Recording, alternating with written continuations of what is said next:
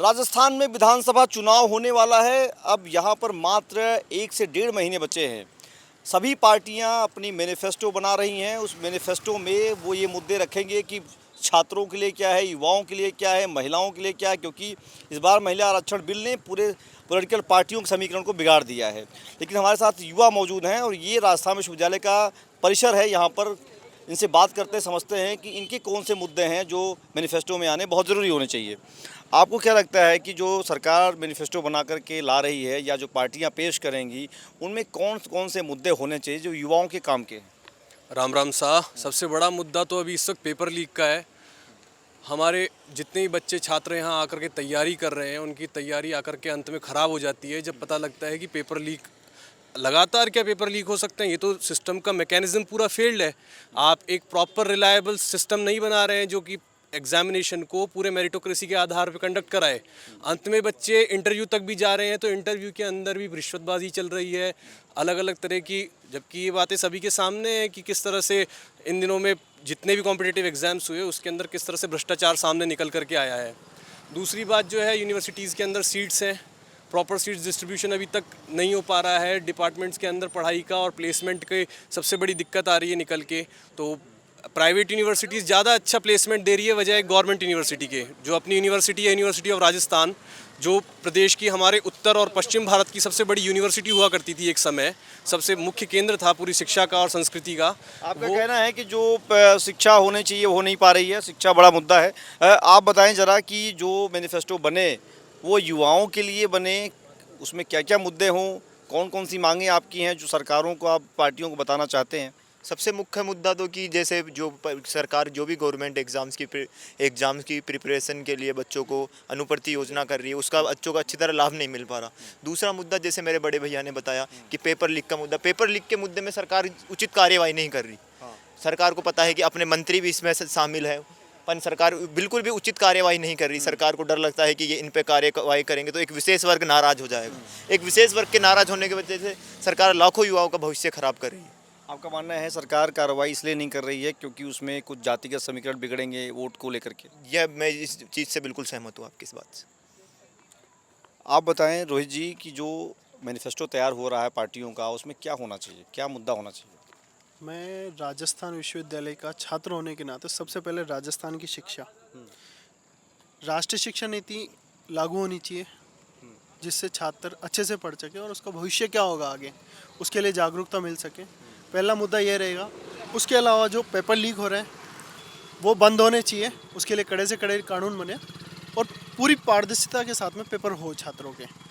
उसके अलावा तीसरा, आज युवा पढ़ता है तो उसके लिए पूरा एकेडमिक कैलेंडर जारी होना चाहिए। उसके अलावा युवा खेलने के में आगे बढ़े, देश का युवा खेल में आगे बढ़े। उसके लिए खेलो इंडिया राजस्थान गवर्नमेंट अपने प्रोग्राम करा रही है, उसके अंदर धांधली कर रही है। मंत्रियों के पुत्रों को और जो उनके चाहने वाले उनको नेशनल मेडल उनको दिला के नौकरी लगा रही है। इसके अंदर भी पारदर्शिता होनी चाहिए। जो विश्वविद्यालय के अंदर ट्रैक बने हुए हैं वो पूरे सेंसिटिव ट्रैक होने चाहिए ताकि युवा कहीं पे भी दौड़ सके और अपनी क्षमता के अनुसार खेल के अंदर आगे बढ़ सके और राज्य का नाम तो रोशन करेगा, देश का नाम भी रोशन करे। हम ऐसा चाहते हैं खेल के अंदर भी युवा अपनी भागीदारी निभाए। उसके लिए खेल के जो मैदान है, खेल की एक्टिविटीज़ के अंदर गवर्नमेंट आज बड़े बड़े पोस्टर लगा रही है, लेकिन वो पोस्टर के अंदर छुपा हुआ है। जमीनी स्तर पर उनको कोच नहीं मिल रहे। अच्छी वैकेंसी का होना चाहिए, उनका वैकेंसी, कोचों की वैकेंसी होनी चाहिए, कोच रहने चाहिए और युवा खेलना चाहिए, बच्चा खेलना चाहिए। खेलेगा तो देश ही बढ़ेगा। और साथ साथ खेल पर भी ध्यान देना, खेल पर भी ध्यान, शिक्षा के साथ साथ खेल बहुत जरूरी है। विश्वविद्यालय में जो ग्राउंड बने हुए हैं, बहुत हमारे राजस्थान विश्वविद्यालय के अंदर इतने अच्छे ग्राउंड है लेकिन उनकी देखभाल नहीं हो पा रही है। उसके अंदर बाहर का युवा आता है, वो खेलता है, नशे करते हैं यहाँ पे, वो बंद हो। लेकिन ये जब बंद होंगे जब विश्वविद्यालय के पास अच्छे कोच होंगे, अच्छे एथलेटिक्स खिलाड़ी जब निकलेंगे, जब ग्राउंड बहुत अच्छे से सेंसिटिव ट्रैक हो जाएगा, हर ग्राउंड बन जाएगा, हैंडबॉल का ग्राउंड बनेगा, फुटबॉल का ग्राउंड बनेगा, बास्केट का ग्राउंड बनेगा, इंडोर बनेगा, इंडोर स्टेडियम का अच्छे से देखभाल होगी तो युवा खेलेगा और आगे बढ़ेगा, विश्वविद्यालय का नाम तो रोशन करेगा, देश का भी नाम रोशन करेगा। आपका क्या कहना है? जैसे सभी ने बताया कि स्पोर्ट्स और एजुकेशन दोनों महत्वपूर्ण होता है, आपको क्या लगता है क्या होना चाहिए? स्पोर्ट्स और एजुकेशन तो महत्व है। इसके साथ सबसे बड़ा ये है कि जो अभी राजस्थान में जो जातिगत सभी संगम हो रहे हैं, ये भी कहीं ना कहीं आने वाली राजनीति के लिए, हम यदि राजनीति का इतिहास देखते हैं तो सबसे पहले जातिगत संबंध जो 3 नेता निकले थे, लालू यादव जी, रामविलास पासवान जी, नीतीश कुमार जी जो अभी मुख्यमंत्री है, तो वहाँ बिहार में जातिगत राजनीति चरम पे थी। तो जातिगत राजनीति चरम पे उसका अल्टीमेट नुकसान है तो बिहार की अब राजनीति बदल चुकी है और वही जातिगत राजस्थान की राजनीति में एंट्री मार रहा है, जिसका हमें नुकसान पहले से पता है क्योंकि वो इतिहास में घटनाएं घट चुकी है।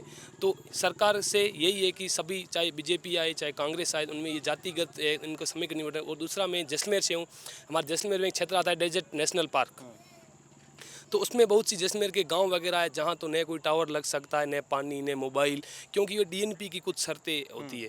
तो मेरा सरकार से जो आगे जो बीजेपी सरकार आती है, कांग्रेस सरकार आती है, उनके मैनिफेस्टो में और जैसलमेर के हमारे जो भी अभी भावी एमएलए की तैयारी कर रहे हैं उनसे मेरी ये मांग रहे, क्योंकि जो डीएनपी का क्षेत्र है उनको जैसे टीएसपी के थ्रू जैसे आरक्षण दिया जाता है शिक्षा में, वैसे हमारे जैसलमेर में जो डीएनपी से जो लोग आते हैं उनको ये आरक्षण मिलना चाहिए ताकि उनका सर्वांगीण विकास हो सके। वहाँ मूलभूत पानी, बहुत से लोग समस्याओं से गुजर रहे हैं। एक तो हम ठेठ रेगिस्तान से तो आते ही है, जो सीमा प्रहरी कि हम लोग हैं, वो संघर्ष तो हमारी ज़िंदगी में रहता ही है और हमें इस बात की खुशी भी है कि हमें ऐसी मातृभूमि जहाँ हमें संघर्ष करना सिखाती है।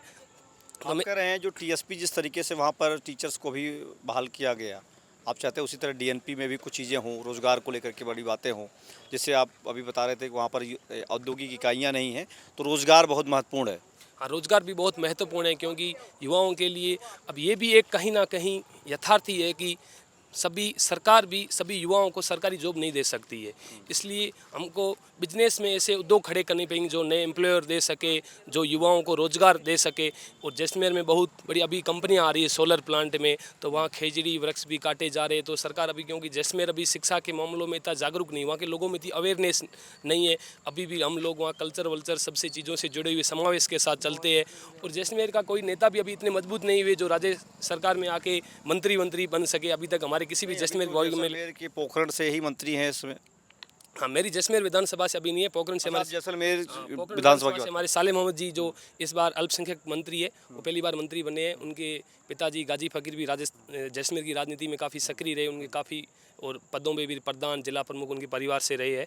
लेकिन अभी हमारे जैसलमेर से इतना नहीं हुआ, क्यों पोखरण हमारा अभी अलग विधानसभा है, हमारी जैसलमेर अलग विधानसभा है। तो जैसलमेर भी अभी काफ़ी मूल है। जैसे सबसे बड़ी हमारे जैसलमेर में अगर देखा जाए इकोनॉमी के साथ पर्यटन है, तो पर्यटन जो भी अब धीरे धीरे पर्यटन का स्तर गिर रहा है। क्यों गिर रहा है? वहाँ एक लपके जो पर्यटन आते हैं उनको परेशान करते हैं कि हमारी होटल में चलो, ज़बरदस्ती। ये भी एक कहीं ना कहीं माहौल वहाँ बेहतर नहीं है। कहीं लूट मार वार, जो अभी 31 जो जैसलमेर का बहुत फेमस है, जो हैप्पी न्यू ईयर सेलिब्रेट करते हैं, बहुत राजनीतिक बड़ी भी आते हैं। जैसे पिछली बार पंजाब के सीएम भगवत मान जी भी आए थे, तो इसलिए, और जस्टिन और अमेरिका के राष्ट्रपति उनके दामाद जी, वो भी शादी थी, वो भी आए थे। तो जैसलमेर भी काफ़ी ऐसा बन, इसलिए पुलिस की सिक्योरिटी भी वहाँ होनी चाहिए, लपके वपके पर्यटकों को परेशानी नहीं होनी चाहिए, ताकि जैसलमेर भी इकोनॉमी में बढ़ सके। अभी हमें इस बात की खुशी है कि हम जैसलमेर प्रति व्यक्ति आय में 3रा स्थान है और बाड़मेर राजस्थान को सबसे अधिक सर्वे दे रहा है। ये देखिए, बातचीत हो गई, यहाँ पर लोग अपनी अपनी बातें बता रहे हैं। आपका जो क्या कहना है, जिस तरीके से राजस्थान में आप यहाँ पर पढ़ाई कर रहे हैं, क्या होना चाहिए? विश्वविद्यालय की तरफ से क्या कहना चाहते हैं कि मैनिफेस्टो में ये बातें बहुत ज़रूरी होती हैं, बिना उसके अभी जो चुनाव हुए उसमें नहीं रखे गए, अभी क्या होने चाहिए? ये विश्वविद्यालय को लेकर तो अगर आप एजुकेशन की बात करेंगे तो इसमें 2-3 महत्वपूर्ण बातें हैं। पता नहीं किन कारणों की वजह से सरकार का ध्यान उनके ऊपर नहीं जा रहा। आप देखो जी, ये तो सेक्स एजुकेशन की बहुत ज़्यादा ज़रूरत है, क्योंकि आज जिस समय ऐसी स्थिति है कि आप हर तरह चौराहे पे निराश रोगी तरीके से जो पोस्टर लगे रहते हैं, ऐसे समय में सेक्स एजुकेशन के प्रति जागृत करना सरकार की नैतिक और मौलिक जिम्मेदारी है, ताकि वो अपने युवाओं के भविष्य को सुनिश्चित कर सके। दूसरा, हायर एजुकेशन को लेकर जो भाई भतीजावाद और जुगाड़ तंत्र देश के सिस्टम में है, सरकार को इस तरफ भी ध्यान इंगित करना चाहिए, क्योंकि हायर एजुकेशन में बहुत ज़्यादा भाई भतीजावाद और जुगाड़ तंत्र लागू किया जाता है। तो इन दोनों चीज़ों को लेकर मुझे ज़्यादा बोलने की आवश्यकता है। और सेक्स एजुकेशन की तो विशेष देश के युवाओं को ज़रूरत है। एजुकेशन पे फोकस कर रहे हैं। हमारे साथ कुछ और भी लड़के हैं। आप कहाँ से आ रहे हैं अभी? अभी हम यहाँ ग्राउंड से आ रहे हैं, हम फुटबॉल खेलते हैं हम सारे। आप सभी फुटबॉलर हैं? हाँ। तो आपकी क्या मांग है? आप तो वोट देते नहीं होंगे अभी? नहीं, अब अगली साल से वोट देना हमारा भी हो जाएगा। अभी आप वोटर नहीं हैं? अभी तो है तो नहीं। किस जिले से आप? हम जयपुर से ही है। जयपुर से। आप क्या चाहते हैं, क्या सरकार क्या करे आपके लिए, क्या बेनिफिट होना चाहिए? हमारे ये जो हमारे टूर्नामेंट्स होते हैं, इनकी बस फ्री एंट्री करा दे। हमारे ये टूर्नामेंट्स होते हैं, इनमें फ़ीस करते हैं और उसमें अवार्ड भी कुछ मिलता नहीं है। कुछ नहीं मिलता है। आपकी क्या मांग है? यहाँ ग्राउंड्स पूरे ख़राब हो रहे हैं, कहीं खड्डे हो रहे हैं, कहीं कुछ हो रहा है, और यहाँ क्रिकेट खेलते रहते हैं। हम जाते तो वो खेलने भी नहीं देते। बोलते हैं ग्राउंड इधर की ग्राउंड अच्छी स्थिति नहीं है। जाओ। हाँ ग्राउंड आपकी क्या मांग है? कहीं भी नहीं है अभी एसएमएस स्टेडियम में अभी कोई कबड्डी का टूर्नामेंट चल रहा है तो हर जगह हमारे ग्राउंड में खड्डे कर दिए, टेंट वगैरह लगा दिए। अभी 15 अगस्त आती है तो पॉलिटिकल टेंट रैलियां वहाँ पर हो जाती हैं जिससे खराब हो जाता है। हाँ पूरा ग्राउंड वहाँ पे हर जगह कभी डिस्कस थ्रो सारी चीज़ें ग्राउंड में पार्किंग कर देते हैं। आईपीएल आते हैं तो ग्राउंड में कार पार्क कर देते हैं वगैरह बहुत मानी है। पहली बात तो राजस्थान में कोई ढंग का ग्राउंड नहीं है। राजस्थान में फुटबॉल का कोई अच्छा ग्राउंड नहीं है इसलिए प्रॉपर। फुटबॉलर जो बनना चाहते होंगे परेशानी के सामना। राजस्थान के अंदर राजस्थान की टीम देख लो आप। राजस्थान की टीम है RUFC, इसके अंदर भी ढंग के प्लेयर नहीं है। बाहर के प्लेयर्स को इसलिए बुलाता आप है। बड़ी बड़ी व्यवस्था जो नहीं हो पाने की वजह से आप मानते, बड़ी बात है। आप क्या मांगते हैं इसमें? क्या ग्राउंड सिचुएशन और फैसिलिटी मेन प्रॉब्लम है, बस यही मांग है आप हमारी। अगली बार वोटर हो जाएंगे? कोच भी नहीं है आज एसएमएस स्टेडियम में। कोच है, आते हैं बैठ जाते हैं, बोलते हैं कि कर लो, खुद खेलो, खुद चले जाओ, बस ऐसे ही हो रहा है। तो आप लोगों की मांग है ग्राउंड बढ़िया होने चाहिए। फैसिलिटी हमारी मांग है बस। गेम के नाम पे पैसा लूट रही है, कुछ ही नहीं है। गेम के नाम पे पैसा लूटते ही है। अब ऐसे कोई भी टूर्नामेंट होते हैं उनके अंदर 5-5 हज़ार टीम की फ़ीस होती है। अब भाई हर एक स्पोर्ट्स प्लेयर कहाँ से इतना पैसा देगा? तो फीस तो फ्री करनी चाहिए ना हर जगह। यहाँ पर देखिए एक और साथी हैं, आपसे बस ये जानना चाहता हूँ मैं कि आप भी युवा हैं, वोटर हैं, पढ़ाई लिखाई कर रहे हैं, आपको भी रोज़गार चाहिए, इसलिए सरकार कौन सी सरकार आई, कौन सी सरकार जानी चाहिए, कौन सी सरकार आनी चाहिए, आपसे समझते हैं? क्या है कि यहाँ पर जो सरकारें आती है कोई सी भी, वो युवाओं को दबाती है और मैं चाहता हूँ युवाओं को आगे बढ़ाया जाए। जैसे मैं तो गणित विषय का विद्यार्थी हूँ। आर्यभट्ट ने मैंने गणित क्या कह रही है आपकी? गणित ये कह रही है, गणित में आर्यभट्ट ने शून्य की खोज की थी। अगर युवाओं को आगे नहीं बढ़ाया गया, जैसे सचिन पायलट को आगे नहीं बढ़ाएगा तो कांग्रेस का असली आर्यभट्ट तो गहलोत कहलाएगा। तो युवाओं को आगे बढ़ाएगा तो ही गवर्नमेंट कोई भी आए तो वो युवाओं के लिए कार्य कर सकता सचिन है। पायलट बड़ा फैक्टर है। बिल्कुल सर, बिल्कुल मानता हूँ। एक युवा है इसलिए उसको अच्छा फैक्टर है वो राजस्थान के लिए। आपने तो आर्यभट्ट का जीरो जो बताया है, शायद ये बात अगर कांग्रेस का कोई नेता सुनेगा तो उसे समझ में भले ना आए। उसको समझ में नहीं, आप उसको सच्चाई का पता लेकिन चल जाएगा। गणित क्या है? गणित क्या कह रही है इस बार राजस्थान की? राजस्थान की गणित ये कह रही है कि अगर युवाओं को आगे नहीं बढ़ाया जाएगा तो चाहे बीजेपी हो चाहे कांग्रेस हो, वो समतल हो जाएंगे, रसासन में चले जाएंगे। तो आप ये बताइए, कहा जा रहा है कि इस बार समझ में बात नहीं आ रही है, कोई बता रहा है कि कोई 100 पे जा रहा है, कोई कह रहा है 90 पे जा रहा है, कोई कह रहा है 120 पे जा रहा है, कोई 130 पे जा रहा है। गणित फंसी हुई है। गणित ये फंसी हुई है, अगर कांग्रेस में युवा चेहरा नहीं देंगे तो बीजेपी पार है। बीजेपी कोई रोकने वाला मिलेगा ही नहीं। सचिन पायलट अगर आ जाते हैं तो वापस कांग्रेस में मजबूती से? बिल्कुल कांग्रेस वापसी करेगी। कांग्रेस की जो योजनाएं हैं उसके साथ साथ जब सचिन पायलट का चेहरा होता है तो वापसी करेगी कांग्रेस। बिना उनके संभावना नहीं है? बिल्कुल संभावना नहीं, गर्त में जाएगी, जीरो पे आ जाएगी। तो आपको लगता है सचिन पायलट को देंगे वापस कांग्रेस? यहाँ पर हमारी जो बातचीत हुई इन लोगों से, आपने कहा कि ग्राउंड नहीं है और आप कुछ और कहना चाहते हैं? मैं ये कहना चाहता हूँ कि एक आप देख रहे हो कि राजस्थान में जातीय महासभा आज बहुत ज़्यादा हो रही है। तो ये युवाओं में जो जातीय भेदभाव का ये जहर फैलाया जा रहा है, ये भी राजस्थान के लिए बहुत हानिकारक है, युवाओं के लिए भी बहुत हानिकारक है। आप पे इसका असर पड़ता है जो ये योजनाएं हो रही हैं, जो सभाएं होती हैं? मैं सभा में मैं जाता ही नहीं हूँ ऐसी सभाओं में। मैं इनका कट्टर दुश्मन हूँ इन सभाओं का, क्योंकि ये युवाओं को बर्बाद करी। एक जातीय द्वेषता ये फैलाई जा रही है इन सभाओं के अनुसार। उस पर होगा कुछ नहीं। जो बड़े ऊंचे पद पे लोग बैठे हुए हैं जाति के नाम से, वो वोट करते हैं, पैसे छापते हैं और युवाओं का कुछ नहीं देखते। आप ये किसी भी जाति वर्ग में देख लो, चाहे ब्राह्मण में देख लो, वाल्मीकि समाज में देख लो, जाट महासभा में देख लो, युवाओं को एक भ्रमित करने का काम कर रही है ये। बड़े बड़े लोग अपने राजनीतिक फायदे के लिए युवाओं को जाति के नाम पे भड़काते हैं। उनको ये पता नहीं है कि पहले राष्ट्र की भावना उनमें जगानी चाहिए, नहीं उनमें जाति की भावना जगाते। तो ये आप कुछ कहना चाहेंगे लास्ट यही कहना चाहूँगा कि जनता बहुत समझदार हो चुकी है। एजुकेशन मामला है, जो सरकार काम करेगी वही आएगी। तो हालांकि तो रोहित जी फाइनल क्या है, मतलब जो अभी समझा जा रहा है मुद्दे वही हैं जो आप कह रहे थे?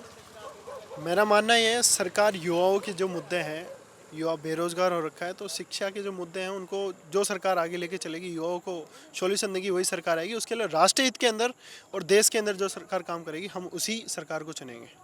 तो यहाँ जो जयपुर में हम भले बैठे थे, यहाँ पर खड़े हैं, यहाँ बात हो रही, लेकिन यहाँ से बात जैसलमेर, पोखरण, तमाम वो ज़िले छूते हुए ये बात समझ में आ रही है कि युवाओं का जो मुद्दा है, RPSC का एकेडमिक कैलेंडर होना चाहिए, एग्जामिनेशन सेंटर ठीक तरीके से होने चाहिए, पेपर्स जो हों उनके रिजल्ट अच्छे से आने चाहिए। अभी कुछ भाइयों ने कहा कि उनके अलग अलग क्षेत्रवार मुद्दे हैं, उन पर भी सरकार को काम करना चाहिए। ऐसे में सरकार के लिए चुनौती ये है कि जो पार्टियाँ मैनिफेस्टो जारी करें उसके पहले उसमें तमाम बातें होना बहुत ज़रूरी मानी जा रही हैं। यहाँ पर जो चुनाव होने वाला है उसमें जो पार्टियां मैनिफेस्टो जारी करेंगी, आपके हिसाब से कौन कौन से मुद्दे उसमें होने चाहिए? देखिए, मैं राजस्थान विश्वविद्यालय का विद्यार्थी हूँ। मैं चाहता हूँ कि जो राजस्थान की जो जीडीपी है उसका 1/10% उससे ज़्यादा शिक्षा पे खर्च हो। तो जो विश्वविद्यालयों की इस सरकार में जो हालात हुई है उसको सरकार सुधारे। कोई भी सरकार आए, विद्यार्थियों के साथ राजनीति ना करते हुए यहाँ पर जो पूरी व्यवस्थाएं हैं, लैब, कॉलेज, बिल्डिंग पुरानी हो गई है, स्टाफ आप देखेंगे अपने पीछे एमकॉम, बीकॉम का डिपार्टमेंट है, यहाँ शिक्षक नहीं है, ये भर्तियाँ जो अटकी हुई वो भर्ती निकाले। स्पोर्ट्स कॉम्प्लेक्स के आप हालात अभी गए थे, देख के आए थे, ये सब चीज़ें हैं। ये एक स्थायी कुलपति की सरकार ने नियुक्त की है। सरकार शिक्षा में अपने आदमियों को खुश करने के लिए ऐसे हर किसी आदमी को, नुमाइंदों को खुश करने के लिए नियुक्ति नहीं करे, योग्य आदमियों की नियुक्ति करे। इस हिसाब से बहुत सारी चीज़ें सरकार को भी पता है, विद्यार्थियों की मांगे हैं, वो सब ध्यान में रखते हुए हम चाहते हैं कि वो मांग पूरी। ये जो बातें हुई यहाँ पर 2-3 बातें साफ समझ में आई हैं। आरपीएससी का मुद्दा यहाँ छाया हुआ है इस चुनाव में, और कुछ लोगों का कहना था कि वो सचिन पायलट को भी लेकर के मुद्दे में आना चाहते हैं, कहते बिना उनकी बात नहीं बनेगी। तमाम इस तरह की बातें हो रही हैं। यहाँ से जैसलमेर, पोखरण होते हुए हमने चाकसू, तमाम विधानसभा सीटों की अपनी एक बातचीत हुई लोगों से। इनका समझना, इनका कहना है कि कोई भी पॉलिटिकल पार्टी है वो चाहे मैनिफेस्टो जारी करे या जो भी करे, उसके पहले वो इन मुद्दों को ध्यान में रखेगी, तभी उसकी बात बन पाएगी। एबीपी लाइव के लिए संतोष कुमार पांडे, जयपुर।